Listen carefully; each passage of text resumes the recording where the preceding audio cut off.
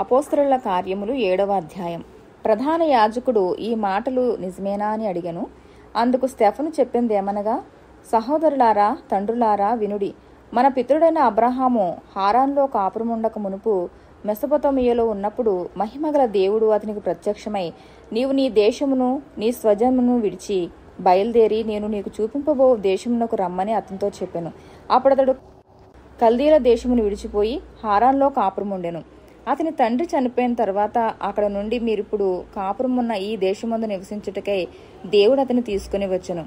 ఆయన ఇందులో అతనికి పాదం పట్టినంత భూమినైనను స్వాస్థ్యముగా ఇయ్యక, అతనికి కుమారుడు లేనప్పుడు అతనికిని అతని తరువాత అతని సంతానమునకును దీన్ని స్వాధీనపరుతునని అతనికి వాగ్దానము చేసెను. అయితే దేవుడు అతని సంతానము అన్యదేశమందు పరవాసులగుదురనియు, ఆ దేశస్థులు 400 సంవత్సరముల మట్టుకు వారిని దాస్యమునకు లోపరుచుకొని బాధ పెట్టుదురనియు చెప్పెను. మరియు దేవుడు ఏ జనమునకు వారు దాసులయ్యుందరో ఆ జనమును నేను విమర్శ చేయుదుననియు, ఆ తర్వాత వారు వచ్చి ఈ చోట నన్ను సేవింతురనియు చెప్పెను.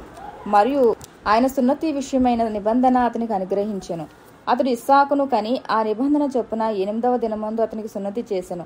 ఇస్సాకు యాకోబును, యాకోబు 12 గోత్రకర్తలను కని వారికి సున్నతి చేసిరి.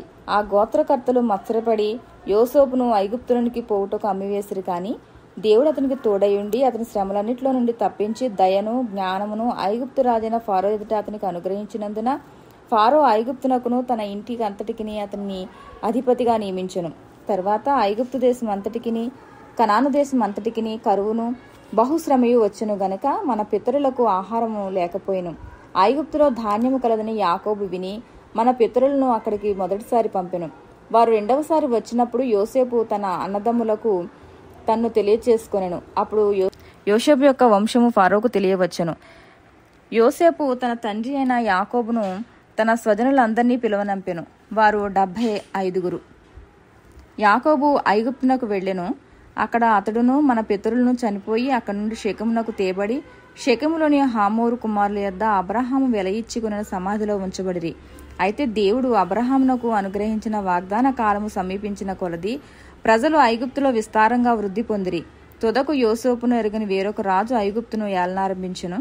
ఇతడు మన వంశస్థుల ఎడల కపటముగా ప్రవర్తించి తమ శిశువులను బ్రతకకుండా వారిని బయట పారవేయవలని మన పితరులను బాధ పెట్టెను. ఆ కాలమందు మోషే పుట్టెను. అతడు దివ్య సుందరుడై తన తండ్రి ఎంట 3 నెలలు పెంచబడెను. తర్వాత అతడు బయట పారవేయబడినప్పుడు ఫారో కుమార్తె అతన్ని తీసుకుని తన కుమారునిగా పెంచుకొనెను. మోషే ఐగుప్తీయుల సకల విద్యలను అభ్యసించి మాటల యందును కార్యముల యందును ప్రవీణుడై ఉండెను. అతనికి 40 ఏండ్లు నిండవచ్చినప్పుడు ఇశ్రాయేలీయులైన తన సహోదరులను చూడవలన బుద్ధి పుట్టెను. అప్పుడు వారిలో ఒకడు అన్యాయమును అనుభవించుట అతడు చూచి వారిని రక్షించి బాధపడిన వాని పక్షమున ఐగుప్తుని చంపి ప్రతీకారము చేసెను. తన ద్వారా తన సహోదరులకు దేవుడు రక్షణ దయచేచున్న సంగతి వారు గ్రహింతురని అతడు తలంచెను. కాని వారు గ్రహింపరైరి. మరునాడు 2 పోట్లాడుచుండగా అతడు వారిని చూచి, అయ్యలారా, మీరు సహోదరులు, మీరెందుకు ఒకరికొకడు అన్యాయం చేసుకొనిచున్నారని చెప్పి వారిని సమాధానపరచ చూచెను. అయినను తన పొరుగువానికి అన్యాయం చేసిన వాడు మా మీద అధికారినిగాను తీర్పరినిగాను నిన్ను నియమించిన వాడెవడు? నీవు నిన్న ఐగుప్తుని చంపినట్టు నన్నును చంపదలుచున్నావా అని అతను త్రోసివేశను. మోషే ఆ మాట విని పారిపోయి మిద్యాను దేశంలో పరదేశి అయ్యుండి అక్కడ 2 కుమారులను కనెను. 40 ఏండ్లైన పిమ్మట సినాయి పర్వత అరణ్యమందు ఒక పొదలోని అగ్నిజ్వాలలో ఒక దేవదూత అతనికి అగబడెను.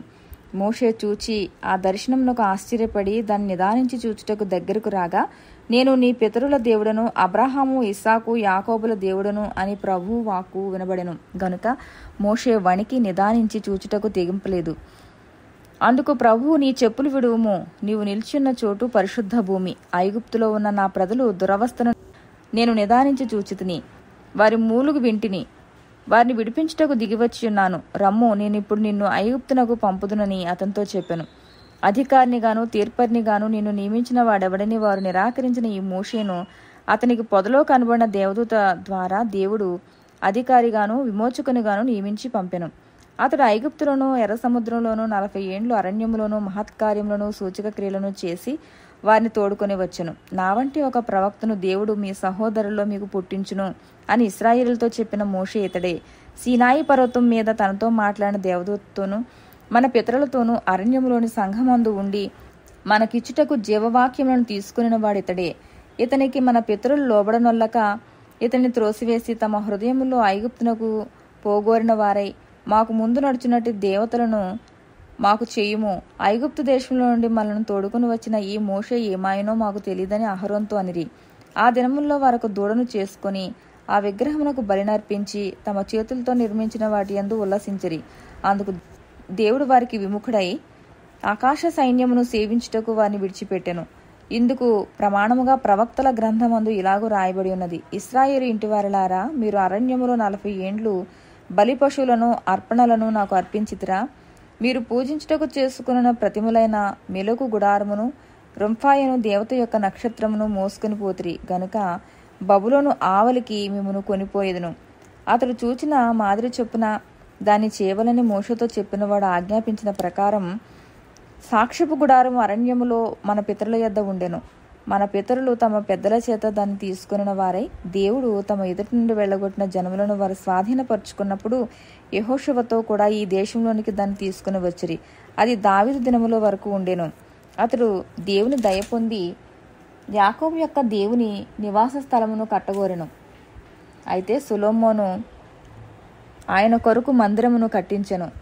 అయినను ఆకాశము నా సింహాసనము, భూమి నా పాదపీఠము. మీరు నా కొరకు ఎలాంటి మందిరము కట్టుదురు? నా విశ్రాంతి స్థలం ఏది? ఇవన్నీ నా హస్తకృతములు కావా అని ప్రభువు చెప్పుచున్నాడు అని ప్రవక్త పలికిన ప్రకారము సర్వోన్నతుడు హస్తకృతాలయంలో నివసింపడు. ముష్కరులారా, హృదయములను చెవులను దేవుని వాక్యమునకు లోపరచనొల్లని వారలారా, మీ పితరుల వలె మీరును ఎల్లప్పుడూ పరిశుద్ధాత్మను ఎదురించుచూ ఉన్నారు. మీ పితరులు ప్రవక్తలలో ఎవరిని హింసింపక ఉండిరి? ఆ నీతిమంతుని రాకను గూర్చి ముందు తెలిపిన వారిని చంపిరి. ఆయనను మీరు ఇప్పుడు అప్పగించి హత్య చేసిన వారైరి. దేవదూతల ద్వారా నియమింపబడిన ధర్మశాస్త్రమును మీరు పొందితిరి గాని దానిని గైకొనలేదని చెప్పెను. వారి మాటలు విని కోపంతో మండిపడి అతన్ని చూచి పండ్లు కొరికిరి. అయితే అతడు పరిశుద్ధాత్మతో నిండుకుని వాడై ఆకాశం వైపు తేరి చూచి దేవుని మహిమను, యేసు దేవుని కుడిపార్శ్వమందు నిలిచియునుటయును చూచి ఆకాశం తెరవబట్టయు మనుష్య కుమారుడు దేవుని కుడిపార్శ్వమందు నిలిచియునుటయు చూచున్నానని చెప్పెను. అప్పుడు వారు పెద్ద కేకలు వేసి చెవులు మూసుకుని ఏకముగా అతని మీద పడి పట్టణపు వెలుపలికి అతన్ని వెళ్ళగొట్టి రాళ్లు రువ్వి చంపిరి. సాక్షులు సౌలు అను ఒక యవనుని పాదముల యొద్ద తమ వస్త్రములు పెట్టిరి. ప్రభువును గూర్చి మొరపెట్టుచు, యేసు ప్రభువా, నా ఆత్మను చేర్చుకొనుమని స్టెఫను పలుకుచుండగా వారు అతని రాళ్లతో కొట్టిరి.